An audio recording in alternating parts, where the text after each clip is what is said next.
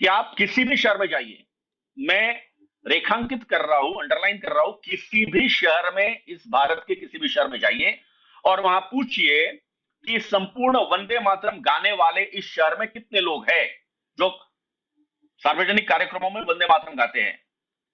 10 में से 10 या 10 में से 9 लोग संघ परिवार के मिलेंगे, मेरा दावा है। 1923 के काकीनाडा अधिवेशन में भी वो मंच में आने लगते हैं, गाने लगते हैं, तो मौलाना मोहम्मद अली उसका विरोध करते हैं। गांधी जी भी वहां पर उपस्थित है, सारे दिग्गज वहां पर उपस्थित है। जैसे कहते हैं ना महाभारत में सारे कृपाचार्य, द्रोणाचार्य, सारे लोग वहां पर उपस्थित है, वैसे सारे रथी महारथी वहां उपस्थित है। वंदे मातरम का विरोध मोहम्मद अली कर रहे हैं, लेकिन उसमें से एक भी मोहम्मद अली का विरोध नहीं कर रहे हैं। सबसे ज्यादा मुस्लिमों की संख्या विश्व में इंडोनेशिया में है। अगर इंडोनेशिया में वे सरस्वती को अपना भगवान मानते हैं, सारे विश्वविद्यालयों के बाहर सरस्वती की प्रतिमा होती है, उनके भाषाओं में 60 से 70% संस्कृत के शब्द, भाषा इंडोनेशिया में 60 से 70% शब्द होते हैं। उनका बोधवाक्य, राष्ट्रीय बोधवाक्य भिन्न का तुगलिका है। वे जब सरस्वती को, दुर्गा को, गणपति को मानते हैं, तो यहां के मुस्लिमों ने इस प्रकार के राष्ट्र के मूलाधार को मानने में क्या दिक्कत थी? कि धीरे धीरे कांग्रेस में यह मानसिकता बनने लगी कि नहीं, अगर मुस्लिम इस बात का कोई विरोध कर रहे हैं तो विवाद में ना पड़े। 1896 का एक मुस्लिम नेता स्वीकार कर लेता है, लेकिन 1937 में एक जो हिंदू नेता है वो कहते हैं कि वंदे मातरम कहीं ना कहीं मुस्लिमों को आहत करने वाला है। तो ये इन वर्षों के दौरान कांग्रेस पार्टी की मानसिकता बदलने के पीछे जो चेहरा था वो क्या जवाहरलाल नेहरू बन चुके थे? एकमात्र आंदोलन ऐसा है, एकमात्र अभी तक के पूरे इतिहास में, जो अंग्रेजों के खिलाफ भारतीयों ने जो आंदोलन किए, उसमें एकमात्र आंदोलन है जो सफल रहा। वो देश अलग हो गया, इस्लाम के नाम पे एक अलग देश बन गया। फिर इस देश में, इस स्वतंत्र भारत में पूरा वंदे मातरम के गाने में क्यों आपत्ति थी? देखिए ऐसा है, मेरे ख्याल से खरगे जी खुद ही सेल्फ गोल करते जाते हैं। उन्होंने ये विषय उठाया, वंदे मातरम जिसका सार्धशती मतलब 150वीं जयंती पूरा देश मना रहा है, उसको वो और ज्यादा अनुपात में लोगों तक विषय जा रहा है, वो अच्छी बात है। साल 1875 में जब भारत में ब्रिटिश मौजूदा सरकार के खिलाफ, ब्रिटिश के शासन के खिलाफ आजादी की लड़ाई लड़ी जा रही थी, तब बंकिम चंद्र चट्टोपाध्याय जो भारत के राष्ट्रीय चिंतक थे, उन्होंने एक गीत की रचना की, जिसे उन्होंने वंदे मातरम का नाम दिया।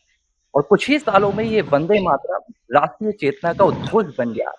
और कुछ सालों के भीतर ही अंग्रेज इस वंदे मातरम से इतना परेशान हो गए कि उन्होंने वंदे मातरम को बैन तक कर दिया। और वो दौर था जब गली गली में वंदे मातरम की गूंज से अंग्रेज कांपते थे। वंदे मातरम ने अपने 150 वर्ष का पूरा सफर तय किया।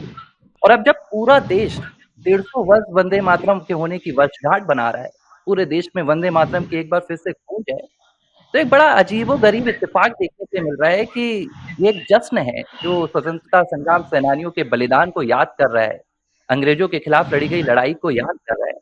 और भारत में जिस पार्टी के नेतृत्व में सबसे पहले वंदे मातरम को शुरू किया गया, जिस पार्टी के द्वारा, जिसके अधिवेशन में पहली बार रवींद्रनाथ टैगोर ने वंदे मातरम को गाया, आज वही party Indian national Congress Vande Mataram का बॉयकॉट कर रही है।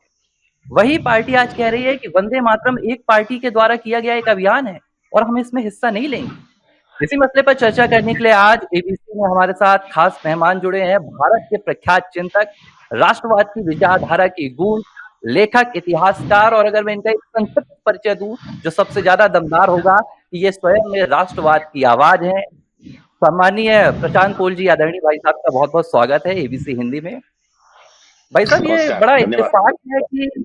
बड़ा इत्तेफाक है कि जिस पार्टी ने कभी अपने अधिवेशंस में, अपने सम्मेलनों में वंदे मातरम को जगह दी थी शुरुआती दौर पर, 150 वर्ष आते आते इतना बड़ा बदलाव हो गया कि आज वही पार्टी बॉयकॉट कर रही है। ये विचारधारा का बदलाव 150 वर्ष में इतनी जल्दी कैसे आ गया? हाँ, नहीं, मुझे लगता है कि ये कांग्रेस का चरित्र है जो इस प्रकार की सारी बातें करता है। कांग्रेस ने वंदे मातरम अपने इसमें गाया, ये बात सही है। पहली बार कलकत्ता में 1896 1896 में जो अधिवेशन हुआ था, उस अधिवेशन में गुरुदेव रविंद्रनाथ टैगोर जी ने स्वतः इस वंदे मातरम गीत का पूरा गायन किया था। और उस समय उस अधिवेशन के अध्यक्ष थे आ, रहमतुल्ला रहमतुल्लाह सायनी। सानिया। रहमतुल्ला सायनी जी उसके अध्यक्ष थे। उनकी अध्यक्षता में संपूर्ण वंदे मातरम गीत का गायन किया गया रविंद्रनाथ बाबू के द्वारा। तो कांग्रेस ने तो ये शुरुआत में वंदे मातरम गाया था, ये बात सच है, किंतु उसके बाद भी अधिवेशन में गाया गया। लेकिन बाद में ऐसा क्या हुआ कि जब 1923 में काकीनाडा का अधिवेशन आता है कांग्रेस का, और कांग्रेस के काकीनाडा के अधिवेशन में, जिसमें अध्यक्ष है मौलाना मोहम्मद अली, मौलाना मोहम्मद अली मंच पर है, और 1915 से परंपरा बनी है कि संगीत के दिग्गज पंडित विष्णु दिगंबर पुलुस्कर जी ये कांग्रेस के अधिवेशन का शुभारंभ वंदे मातरम से कर रहे हैं। 1923 के काकीनाडा अधिवेशन में भी वो मंच में आने लगते हैं, गाने लगते हैं, तो मौलाना मोहम्मद अली उसका विरोध करते हैं। गांधी जी भी वहां पर उपस्थित है, सारे दिग्गज वहां पर उपस्थित है। जैसे कहते हैं ना महाभारत में सारे कृपाचार्य द्रोणाचार्य सारे लोग वहां पर उपस्थित है, वैसे सारे रथी महारथी वहां उपस्थित है। वंदे मातरम का विरोध मोहम्मद अली कर रहे हैं, लेकिन उसमें से एक भी मोहम्मद अली का विरोध नहीं कर रहे हैं। लेकिन ये तो विष्णु दिगंबर पलुस्कर जी की राष्ट्रभक्ति थी, जिन्होंने दमदारी के साथ पूरा वो वंदे मातरम था, उस पूरे वंदे मातरम का गायन उन्होंने वहां पर किया। लेकिन उसके बाद जो मुस्लिम समुदाय से इसका विरोध होने लगा, उनका तर्क यह था कि इसमें देवी देवताओं के नाम है, तुम्ही दुर्गा दश प्रहरण धारिणी जैसा उल्लेख है, दुर्गा कहा गया है, सरस्वती कहा गया है, तो इसलिए यह धार्मिक है और इसलिए हम इसका गायन नहीं करेंगे। हर किसी देश का एक मूलाधार होता है, जड़ें होती हैं, इन जड़ों में ही ये सारी बातें हैं। मेरा प्रश्न है, सबसे ज्यादा मुस्लिमों की संख्या विश्व में इंडोनेशिया में है। अगर इंडोनेशिया में वे सरस्वती को अपना भगवान मानते हैं, सारे विश्वविद्यालयों के बाहर सरस्वती की प्रतिमा होती है, उनके भाषाओं में 60 से 70% संस्कृत के शब्द, भाषा इंडोनेशिया में 60 से 70% शब्द होते हैं, उनका बोधवाक्य, राष्ट्रीय बोधवाक्य भिन्न का तुगलिका है। वे जब सरस्वती को, दुर्गा को, गणपति को मानते हैं, तो यहां के मुस्लिमों ने इस प्रकार के राष्ट्र के मूलाधार को मानने में क्या दिक्कत थी? ये तो राष्ट्र को माता के स्वरूप में मान रहे हैं, मादरे वतन कहा है और क्या है। लेकिन उसका विरोध राजनीतिक स्वरूप में करने लगे।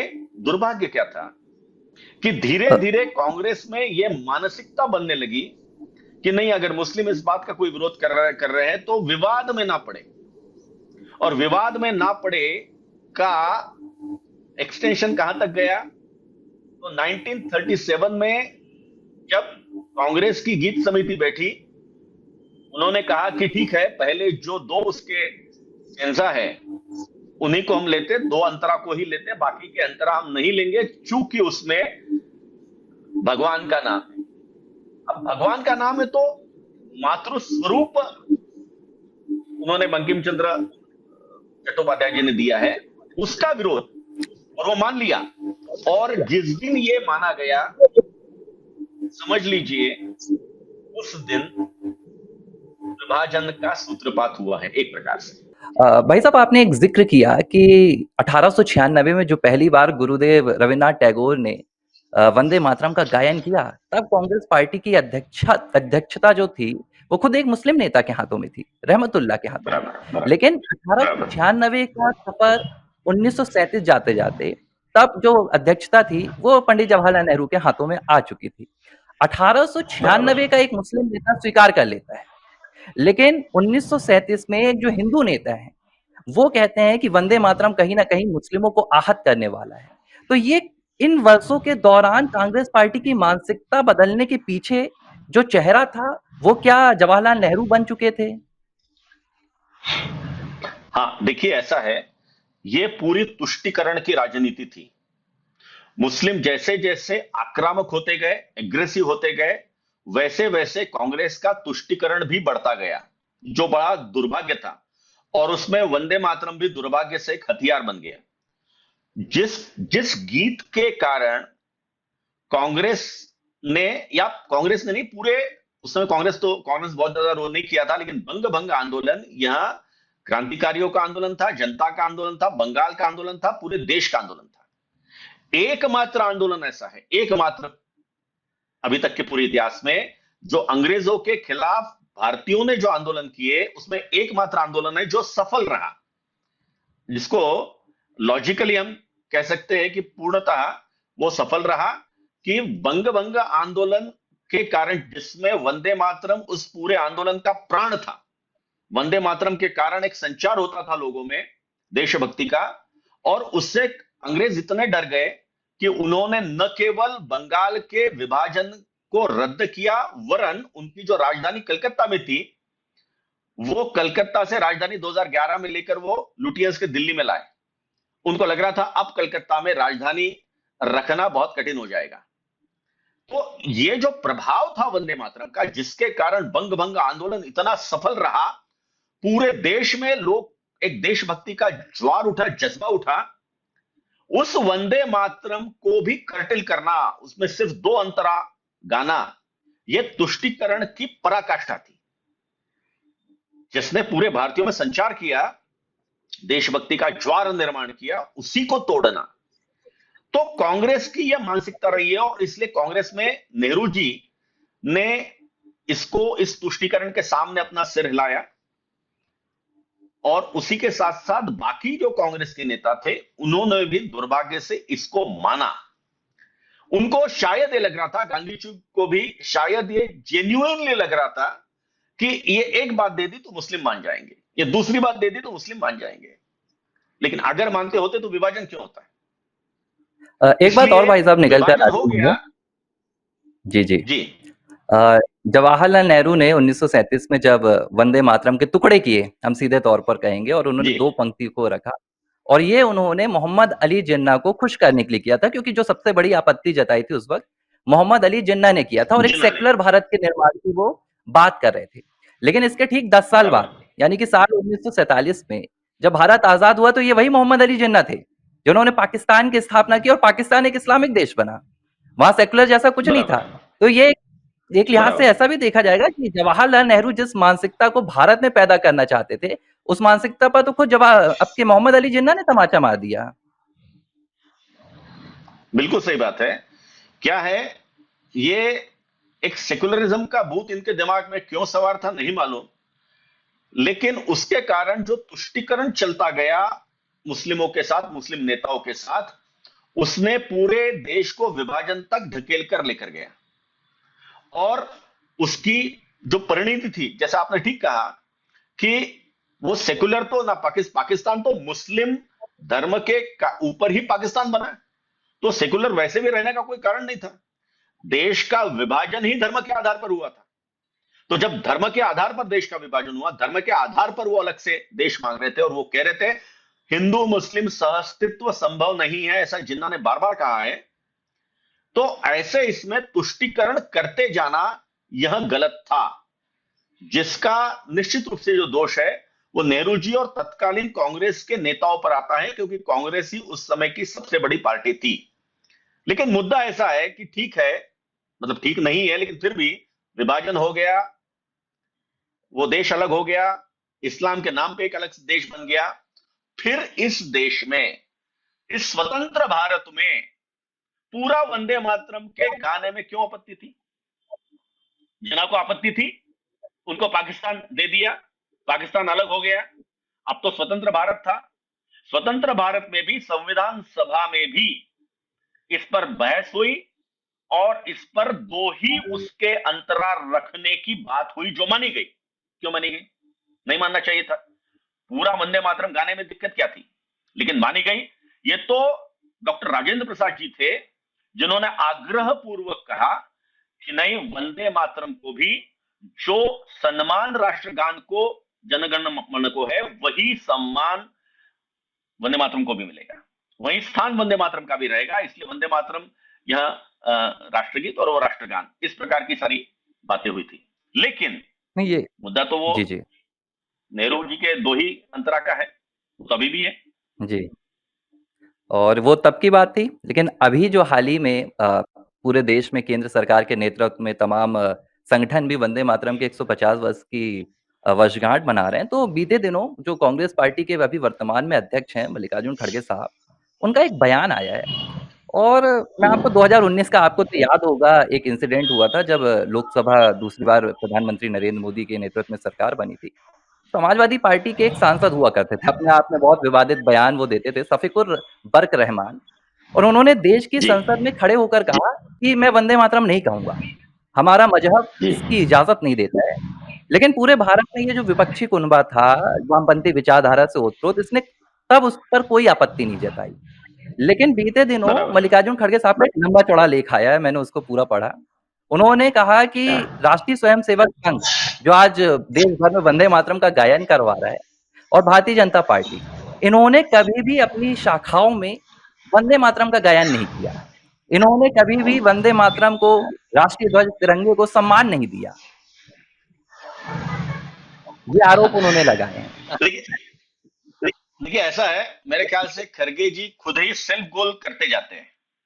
उन्होंने ये विषय उठाया, वंदे मातरम जिसका सार्धशती मतलब 150वीं जयंती पूरा देश मना रहा है, उसको वो और ज्यादा अनुपात में लोगों तक विषय जा रहा है। वो अच्छी बात है, ये विषय अगर उठा तो अच्छी बात है। कुछ प्रश्न सामने आते हैं। प्रश्न ये है कि कांग्रेस जो कहती है, वो लेख मैंने भी पढ़ा है, उसमें वो कहते हैं कि कांग्रेस ने तो वंदे मातरम की हमेशा बात की है। अगर बात की है तो कांग्रेस के मंच से वंदे मातरम के गायन का विरोध क्यों हुआ, विरोध करने वाले का विरोध क्यों नहीं हुआ, एक। दूसरा, 1937 से वंदे मातरम को दो टुकड़े में बांटना, सिर्फ दो ही अंतरा गाना, ये क्यों हुआ, किस कारण हुआ।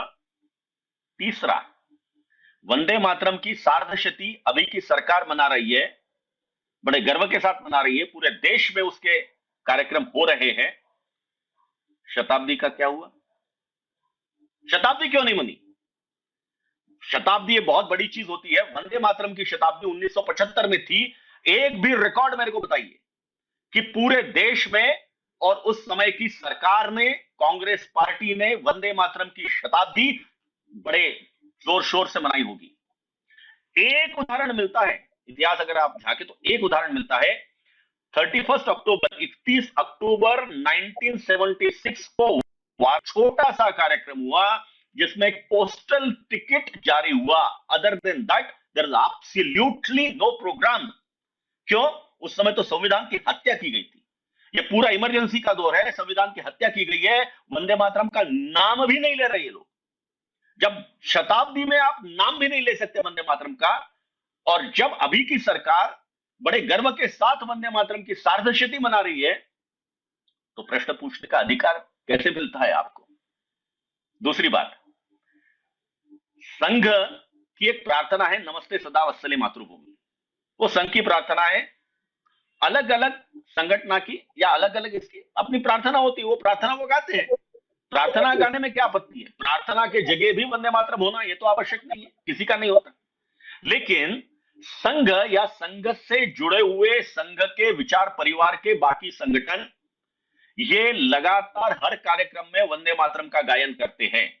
मैं और उल्टा बोलता हूं कि आप किसी भी शहर में जाइए, मैं रेखांकित कर रहा हूं, अंडरलाइन कर रहा हूं, किसी भी शहर में, इस भारत के किसी भी शहर में जाइए और वहां पूछिए कि संपूर्ण वंदे मातरम गाने वाले इस शहर में कितने लोग हैं जो सार्वजनिक कार्यक्रमों में वंदे मातरम गाते हैं। 10 में से 10 या 10 में से 9 लोग संघ परिवार के मिलेंगे, मेरा दावा है। क्योंकि संघ परिवार में, संघ से जुड़े हुए संगठनों में, संघ के कार्यक्रमों में वंदे मातरम का गायन यह होता ही है, और संपूर्ण वंदे मातरम का गायन होता है। संघ के एक अखिल भारतीय बौद्धिक प्रमुख थे, बहुत विद्वान, विचारक, चिंतक, अभी अभी उनका देहांत हुआ है, माननीय रंगाहरी जी। रंगाहरी जी मूलतः कोंकणी, लेकिन केरल में उनका सारा जीवन व्यतीत हुआ, तो केरल के ही थे मान के चले हम। रंगाहरी जी ने एक पुस्तक लिखी है, वंदे मातरम की जीवन कथा। वो पुस्तक अनेक भाषाओं में, लगभग सारे भारतीय भाषाओं में अनुवादित हो चुकी है। वो पुस्तक कब लिखी? जब रंगाहरी जी राष्ट्रीय स्वयंसेवक संघ के अखिल भारतीय बौद्धिक प्रमुख थे, उस समय लिखी है। बौद्धिक प्रमुख इस नाते लिखी हुई है। वंदे मातरम का पूरा इतिहास, वंदे मातरम से कैसी स्फूर्ति मिली इस देश को, कैसी चेतना मिली इस देश को, उसमें पूरा वर्णन है। और वो लिख रहे हैं, वंदे मातरम के महत्व को लिख रहे हैं 2004 में लिख रहे हैं, और 2004 में पुस्तक प्रकाशित हुई है। पुस्तक उसके पहले लिखी गई है, और लगभग सारे भारतीय भाषाओं में, चाहे गुजराती है, चाहे मराठी है, चाहे तेलुगु है, तमिल है, मलयालम, सब भाषाओं में वो पुस्तक अनुवादित होकर प्रकाशित हो चुकी है। इतने वर्षों से प्रकाशित हो चुकी है। तो संघ ने वंदे मातरम को तो हमेशा एक सम्मान का स्थान दिया है, और इसीलिए इस समय देश में संघ विचार परिवार की सारी संस्थाएं संस्थाएं इस नाते नहीं तो समाज को साथ लेकर, सारा समाज अभी वंदे मातरम का जयघोष कर रहा है। इसलिए मेरा फिर से वही प्रश्न है कि अगर इस समय खरगे जी जैसा कोई व्यक्ति सार्धशती के ऊपर कोई प्रश्न उठाता है, तो पहला प्रश्न उनसे पूछना चाहिए कि शताब्दी में आपने क्या किया, शताब्दी क्यों नहीं मनाई, क्या कारण था आपका, अगर आप वंदे मातरम के इतने प्रेमी थे तो ये प्रश्न तो आएंगे, और उनसे पूछना भी चाहिए, ऐसा मुझे लगता है। क्या होता है, ये लोग कहीं यहां वहां का कहीं कुछ गूगल वूगल कर लेते हैं, वहां तो वही जानकारी रहती जो आप फीड करेंगे, और वहां से कोई उनके कोई सलाहकार कुछ बोल देते हैं, वैसे ही ये बोल देते हैं। इसलिए सेल्फ गोल कर रहे हैं, अच्छी बात है, मुद्दा उठाया है, मुद्दा और चर्चा में आएगा, और सारे के सारे उन्हीं के खाते में जाएगा कि ये इन लोगों ने वंदे मातरम को दुत्कारा है, कभी नहीं अपनाया है, अनमने ढंग से दो अंतरा कैसे तो भी ये लोग गाते हैं। इससे ज्यादा इनके मन में वंदे मातरम के प्रति कोई सम्मान नहीं है, ये निश्चित है।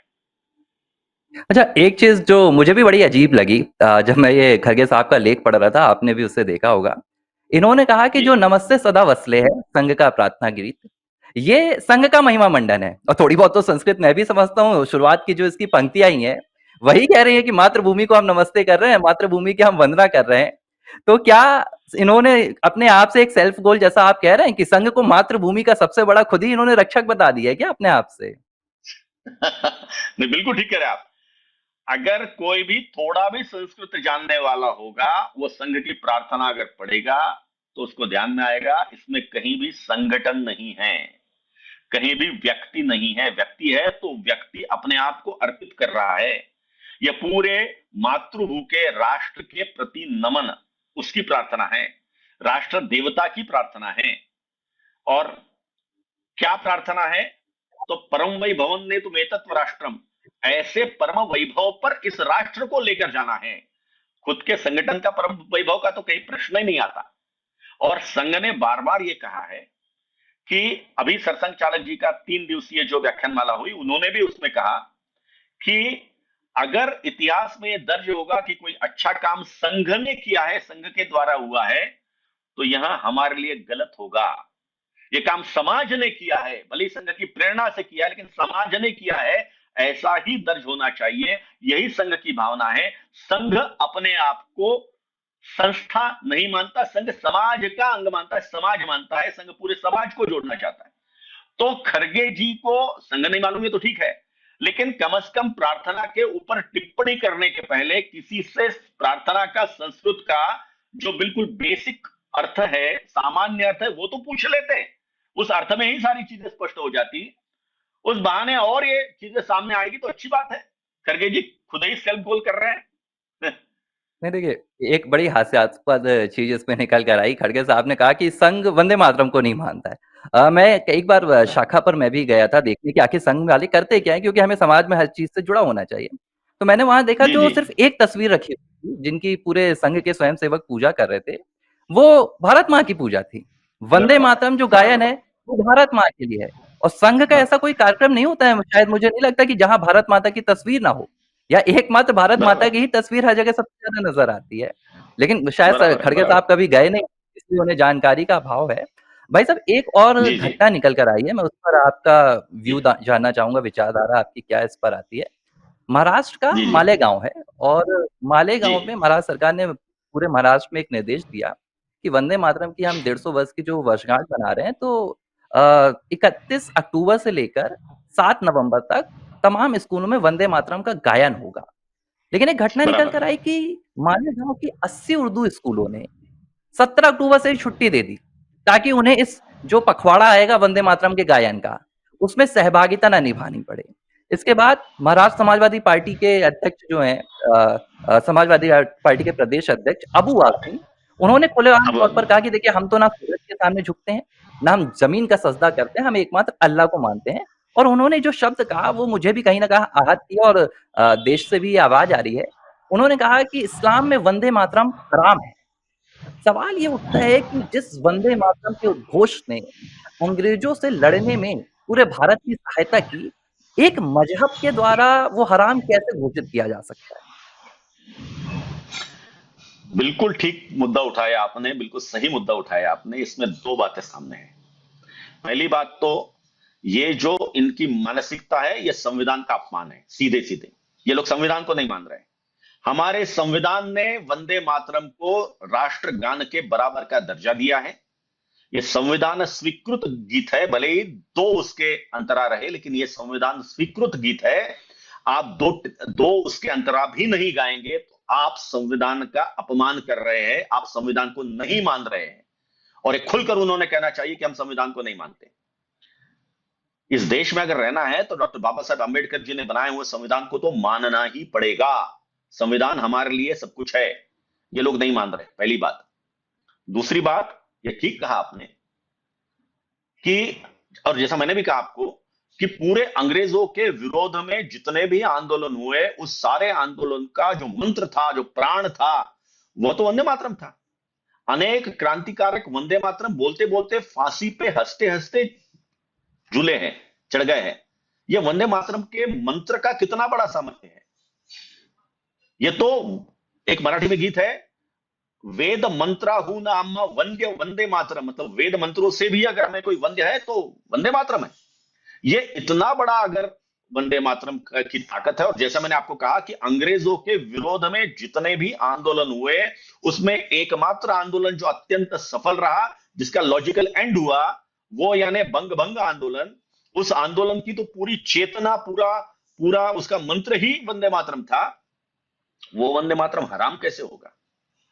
तो ये तो देशद्रोही है, सीधे सीधे। जो संविधान को नहीं मानता वो देशद्रोही है।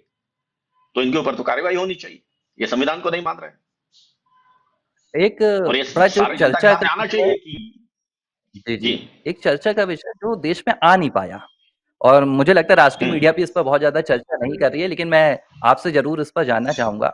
जिस वंदे मातरम का उदय पश्चिम बंगाल की हम्म, धरती से हुआ, जिस वंदे मातरम हम्म, की रचना पश्चिम बंगाल की धरती से हुई, बीते दिनों पूरे पश्चिम बंगाल में सन्नाटा था। वहाँ की सरकार, वहाँ के सत्तारूढ़ पार्टी के नेता, वहाँ के तमाम समर्थक, कोई जश्न नहीं, कोई उत्साह नहीं। ये पश्चिम बंगाल में कौन-सी विचारधारा हावी हो गई है जो राष्ट्रवाद के खिलाफ एक नई ऊर्जा वहाँ पैदा करने की कोशिश कर रही है? राष्ट्रवाद के प्रतीकों को, राष्ट्रवाद के गीतों को इसके खिलाफ बगावत कर रही है। ममता बनर्जी पश्चिम बंगाल को बांग्लादेश से क्या जोड़ने की ये कोशिश कर रही हैं कि राष्ट्रवाद खत्म हो जाए, इसके बाद हम बांग्लादेश के हाथों सौंप दें। ऐसी चर्चाएँ आ रही हैं बंगाल से भी, जो राष्ट्रवादी वहाँ के लोग हैं वो चिंतित हैं। नहीं, बिल्कुल ठीक ठीक बोला आपने। देखिए क्या है, पश्चिम बंगाल की जो समस्या है, वो दुर्भाग्य से जो बंगाल का विभाजन हुआ 1947 में, उसके बाद भी ये समस्या जो हमेशा के लिए समाप्त होनी चाहिए थी, कि उनको अपना मुस्लिम राष्ट्र चाहिए था, दे दिया। उसके बाद उसका बांग्लादेश हुआ, वो हुआ, उनकी समस्याएं थी। यहाँ पे तो कोई समस्या नहीं आनी चाहिए थी, वैसा हुआ नहीं। जो बड़ी संख्या में घुसपैठी आने लगे और यहाँ पे जो बचे हुए मुसलमान थे, जो नहीं गए पाकिस्तान में, पूर्व पाकिस्तान जो उस समय का था, उन सब ने अपना एक प्रेशर ग्रुप बनाया। और इतने वर्ष वहां पर वामपंथियों का शासन था। तो वामपंथियों के शासन में मुस्लिम तुष्टीकरण ये एक उनकी नीति थी। आपने देखा होगा कि अनेक उनके मुस्लिम सांसद थे, मुस्लिम विधायक थे, मुस्लिम मंत्री थे, और वे बड़े, मतलब कम्युनिस्ट लोग तो धर्म नहीं मानते, लेकिन उनके सारे मुस्लिम मंत्री तो खुलेआम धर्म की अपनी बातें करते थे, धर्म के बारे में कहते थे। तो उनकी एक नीति थी कि ये सारा जो मुस्लिम वोट है उनके पास रहेगा। लेकिन धीरे धीरे उनकी जो कुल मिलाकर के उनके विरोध में जो जनमत बनता गया, उसका आधार लिया ममता बनर्जी ने। और ममता बनर्जी ने भी ये जो मुस्लिम वोट बैंक है उसको संभाल के रखा। उनको शायद ये मालूम है कि जो थोड़े हिंदू है वो तो हिंदू तो समर्थन करेंगे ही करेंगे, बाकी जो मुस्लिम जो वोट बैंक है, एक गट्टा वोट है, वो मेरे पास रहेंगे। तो वो मुस्लिम वोट बैंक का तुष्टीकरण करने के लिए वंदे मातरम, जिसकी जननी बंगाल है, ठीक है आपने, जिसकी जननी बंगाल है, जिसने पूरे देश को एक जबरदस्त राष्ट्रीय चेतना प्रज्वलित की थी उस समय, और आज भी उसका एक स्वरूप है। ऐसे बंगाल में मुस्लिम तुष्टीकरण के कारण, वहां की सरकार की नीतियों के कारण, राज्य सरकार की नीतियों के कारण, यह दुर्भाग्य है कि जिस अनुपात में वंदे मातरम की सार्धशती वहां पर मनना चाहिए थी, वो उतनी अनुपात में नहीं मन रही। और मना कौन रहा है? तो संघ से संबंधित संस्था है, भारतीय जनता पार्टी, यही लोग मना रहे हैं। क्या ममता बनर्जी की पार्टी ठीक है। कितने अनुपात में बना रही है? जी। एक चीज़ और मैं आपको यहाँ पर जोड़ूँगा कि अभी कुछ दिनों पहले आपने देखा होगा कि पूरे देश में अलग-अलग दक्षिण से लेकर पश्चिम तक एक बातें निकली थी। तमिलनाडु में कहा जा रहा था कि हम तो तमिल भाषा को स्वीकार करेंगे, हिंदी को स्वीकार नहीं करेंगे, जब एनईपी का मुद्दा आया। महाराष्ट्र में भी चला, मराठी वाला काफ़ी मुद्दा चला। इसके बाद ये लहर धीरे-धीरे, क्योंकि अगले साल पश्चिम बंगाल में विधानसभा चुनाव है और ममता जी की सरकार थोड़ी-सी लड़खड़ाई हुई है, भ्रष्टाचार से थोड़ा हाँ। डूबी हुई है, अपराध का वहाँ पर बहुत ज़्यादा बोलबाला हो गया है, तो ममता ने ये मुद्दा पकड़ लिया और उन्होंने कहा कि हम भी बंगाली भाषा की लड़ाई लड़ेंगे और बंगाली प्रथम की वकालत करेंगे। वंदे मातरम बंगाली और संस्कृत का मिलन है। जी। लेकिन जब वंदे मातरम को पूरे देश में गाया गया, तो यहाँ भी ममता बनर्जी ने अपने पैर पीछे खींच लिए। तो यहाँ इनकी हाँ। बंगाली भाषा की प्राथमिकता क्यों पीछे हो गई? नहीं नहीं, ये तो बिल्कुल ठीक मुद्दा कहा आपने। इनकी बंगाली भाषा की प्राथमिकता का जो मुद्दा है, वो सिर्फ सिर्फ चुनावी स्टंट है, इसके अलावा कुछ भी नहीं है। आप देखिए कि ये मुर्शिदाबाद से एक ऐसे व्यक्ति को चुनाव लड़वाती है जो गुजरात से आता है, जो मां माटी मानुष की बात करने वाली पार्टी के टिकट पर चुनाव लड़ता है। उस व्यक्ति को बंगाली का ब भी नहीं आता, और ममता बनर्जी उसको चुनकर लाती है क्योंकि वो मुस्लिम है, और वहां की मुर्शिदाबाद की जो अधिकतर जनसंख्या है वो मुस्लिम है, वोटर्स मुस्लिम ज्यादा है। तो इनका तो गणित फॉर्मूला बिल्कुल क्लियर है। ये मुस्लिम तुष्टीकरण के आधार पर ही सत्ता पे टिके हैं, उसी के आधार पर सत्ता चलाना चाहते हैं। इनको वंदे मातरम से कोई लेना देना नहीं, इनको बंगाली प्रथम इस विषय से भी कोई लेना देना नहीं। इनको तो चुनाव के लिए जो मुद्दा एनकेश करने का दिख रहा है, उस मुद्दे को ले रहे हैं। और इसीलिए जो जिसमें बंगाली भाषा के शब्द हैं, जो बंगाल की अस्मिता के साथ जुड़ा हुआ है, वंदे मातरम, जिसकी जननी ही बंगाल है, जिसने पहले बंगाल में और पूरे राष्ट्र में चेतना जगाई है, ऐसे वंदे मातरम को भी वो उसका महत्व नहीं दे रहे हैं, उसको मना नहीं रहे हैं, चुपचाप बैठ रहे हैं। ये उनकी मानसिकता दिखाता है। उनकी सोच राष्ट्रीय नहीं है, उनकी सोच पूर्णतः मुस्लिम तुष्टीकरण की है और चुनाव में मुद्दे बनाने की है। इससे ज्यादा कुछ भी नहीं है। एक बहुत महत्वपूर्ण विषय है, उसको मैं आपसे ज़रूर जानूँगा, फिर मैं आपको जी इजाज़त दूँगा जी कि जी आप इसके बाद में जी। रहमतुल्लाह की हमने बात की 1896 की, जिनके अधिवेशन में पहली बार जी वंदे मातरम का गायन हुआ, मुस्लिम नेता जी थे। जी कहानी जी जी बढ़कर आती है 1937, तब जी कांग्रेस के जो अध्यक्ष थे वो हिंदू थे, सनातन धर्म को मानने वाले थे, वो जवाहरलाल नेहरू थे और पहली बार जब वंदे मातरम के 2 टुकड़े हुए तो वो नेहरू ने किया। इसके जी बाद आज़ादी के बाद भी देश में वंदे मातरम को लेकर एक धर्म विशेष में या तो ये डर पैदा किया गया और उसके कुछ जो कट्टर विचारधारा से जुड़े हुए लोग थे, उन्होंने इसका खुलकर विरोध किया कि जैसा कि अबू आज़मी जैसे नेता हो गए, शफ़ीकुर बर्क रहमान जैसे नेता हो गए, जिन्होंने कहा कि हम वंदे मातरम को नहीं मानते हैं। मेरा आपसे जो सवाल है और मैं जानना चाहता हूँ, आप तो प्रख्यात इतिहासकार हैं, आपने कई इसमें पुस्तकें भी लिखी हैं, दुनिया भर के करीब 40 देशों का आपने भ्रमण किया है। आप पूरे समग्र विश्व विश्व का, मुझे लगता है कि आपका अगर एक देखा जाए तो ज्ञान आपको तो है, ठीक-ठीक, अच्छा-सा। इस पे मेरा सवाल है, क्या वाक़ई में जो मुस्लिम समुदाय है, वो वंदे मातरम को अंगीकृत नहीं करना चाहता? उसे वाक़ई लगता है कि वंदे मातरम का उच्चारण उसके मज़हब पर एक प्रहार हो जाएगा, या देश की राजनीतिक विचारधाराओं के कारण, जो एक विशेष दलों की विचारधारा है, जिन्हें लगता है कि अगर हम इनको ऐसा मानने पर विवश कर दें, तो हमारा एक वोट बैंक है जो तुष्टीकरण की राजनीति से चलता है, वो और पुष्ट हो जाएगा। क्योंकि इसी देश में कलाम भी हुए हैं, जो एक हाथ में गीता पढ़ते थे, दूसरे हाथ में कुरान भी पढ़ते थे, तो मुस्लिम तो वो भी थे।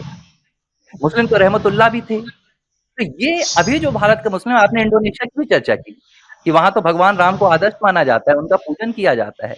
आज भी विश्व की सबसे बड़ी रामायण इंडोनेशिया में होती है। तो इंडोनेशिया का इस्लाम क्या बहुत मजबूत है और भारत में जब इस्लाम आता है तो वो क्या कमज़ोर हो जाता है कि वंदे मातरम के गायन से उसे भय लगने लगता है? इस पर थोड़ा-सा मैं चाहूँगा कि आप इस पर अपनी विचारधारा ज़रूर बताएँ। नहीं, आपने बहुत अच्छा मुद्दा उठाया, बहुत अच्छा। इसका कारण यह है कि यहाँ के जितने भी राजनीतिक दल है जो मुस्लिम समाज के एक गट्ठा वोट चाहते हैं या मुस्लिम तुष्टीकरण की राजनीति पे ही चलते हैं, वो कभी नहीं चाहेंगे कि मुस्लिम समाज यहाँ ज्यादा पढ़ा लिखा हो। मुस्लिम समाज जब ज्यादा पढ़ा लिखा होगा, पढ़ने लगेगा, सोचने लगेगा, स्वतंत्र रूप से सोचने लगेगा, तो उनमें से कई लोग ऐसे होंगे जिनके सामने इस प्रकार के मुद्दे नहीं रहेंगे। उनके बाद भी कुछ फैनेटिकल निकलेंगे, रेडिकल निकलेंगे, लेकिन उनकी संख्या कम होगी। अधिकतर लोग अगर स्वतंत्र रूप से सोचने लगेंगे तो उनके ध्यान में आएगा ये सारे मुद्दे बकवास है। इंडोनेशिया का जैसे आपने जिक्र किया कि इंडोनेशिया में सबसे ज्यादा मुस्लिम रहते हैं विश्व के, लेकिन उनको कोई आपत्ति नहीं। रादर वो सरस्वती की पूजा करते हैं, वो विद्या की देवी मानते हैं, गणेश की पूजा करते हैं, रामायण होता है वहां पर, वगैरह वगैरह वगैरह। मैं ब्रुनई में गया था। ब्रुनई इस्लामी देश है पूरा। ब्रुनई की राजधानी का नाम है बंदर सेरी भगवान। मैंने एक वहां के बहुत बड़े अधिकारी हैं शासन में, उनसे पूछा कि आप इसका अर्थ जानते हैं? बोले हाँ जानता हूँ। बंदर मतलब पोर्ट, श्री मतलब उपाधि रहती है, और भगवान मतलब ईश्वर, मतलब गॉड। ऐसे भगवान मतलब ये तो संस्कृत नाम है, हिंदू लोग का नाम है। बोले हाँ है। तो ऐसे आप मुस्लिम कंट्री है, आपको ऑब्जेक्शन नहीं है? Why should we have? This is our heritage, हमारी ये विरासत है, विरासत के हम संवाहक है। तो जो विरासत है, विरासत का हमें अभिमान है। अब यहाँ के जितने मुसलमान हैं, क्या सारे सारे बाबर के साथ आए हैं? हमारे जो पहले शिक्षा मंत्री थे मौलाना अबुल कलाम आजाद, वो बाबर के साथ, उनके पूर्व बाबर के साथ आए थे, उन्होंने लिख के रखा था। वो होंगे वहां के, लेकिन सारे मुसलमान तो नहीं है ना, वो तो यहीं के हैं। बाद में धर्मांतरित हो गए अन्य अन्य कारणों से। अगर वो धर्मांतरित है, उनकी जो विरासत है वही तो आपकी और हमारी भी विरासत है। उसी विरासत के तो हम सभी संवाहक हैं। विरासत को मानने में क्या दिक्कत है? इंडोनेशिया का मुसलमान विरासत मानता है, ब्रुनई का मुसलमान विरासत मानता है, मलेशिया का मुसलमान विरासत मानता है। हमारे यहाँ के मुसलमान को क्या क्या दिक्कत है? और जिनको दिक्कत थी वो पाकिस्तान में चले गए, 2 मिनट के लिए मान के चले, वो तो पाकिस्तान में चले गए जिनको दिक्कत थी। यहाँ के बचे हुए लोगों ने स्वयं से निर्णय लिया भारत में रहने का, तो भारत की विरासत को भी माना। जब भारत की विरासत को माना तो इसको मानने में दिक्कत क्या थी इनको? तो ये जैसा मैंने आपको बताया कि ये जो मानसिकता है कि मुस्लिमों में भी इस प्रकार की मानसिकता आना बहुत आवश्यक है, और मुस्लिमों में इस प्रकार का काम करने की आवश्यकता है। जो मुस्लिम राष्ट्रीय मंच है, उसके जो अखिल भारतीय संयोजक है, अलग अलग प्रदेश के संयोजक है, सबने कहा है कि वंदे मातरम गाना चाहिए। वंदे मातरम गाने में कोई गलत नहीं है। अपने मातृभूमि का स्तवन है, अपने मातृभूमि की अर्चना है, अपनी मातृभूमि की प्रार्थना है, उसमें क्या गलत है? तो उसमें कोई गलत नहीं है। जैसा मैंने इंडोनेशिया का, ब्रुनेई का, मलेशिया का, सारे जगह के जो मुसलमान हैं जो उस प्रकार से सोचते हैं, उनको कोई आपत्ति नहीं है।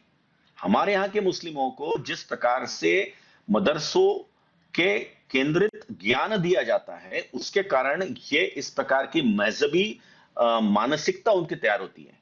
उस मानसिकता से बाहर निकालना, स्वच्छ दृष्टि से दुनिया की ओर देखना, यह बहुत ज्यादा आवश्यक है।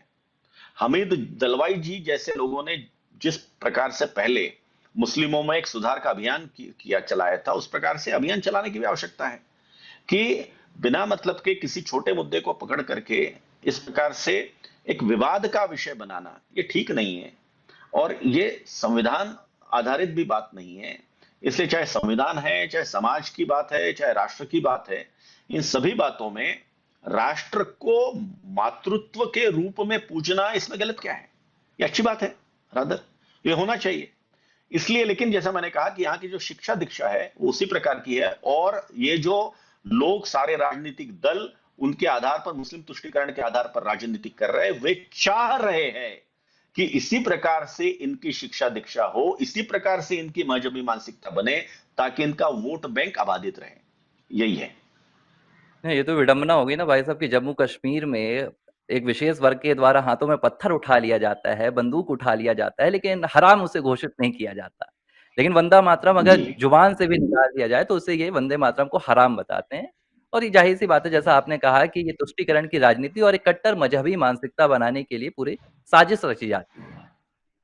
भाई जी, साहब जी। आपने एबीसी हिंदी में आकर वंदे मातरम की इस विशेष सीरीज़ पर अपना बहुमूल्य समय दिया। आपका बहुत-बहुत धन्यवाद और हम कोशिश करेंगे कि जो राष्ट्रीय चेतना से जुड़े हुए देश के जो गर्माहट से भरे हुए मुद्दे होते हैं, उसमें आपकी विचारधारा ज़रूर लें और देश को राष्ट्रवादी विचारधारा का एक अलग आईना दिखाएँ, जो प्रशांत पोल जी की दृष्टि से हो। बहुत-बहुत धन्यवाद। एबीसी नेटवर्क को भी बहुत-बहुत धन्यवाद।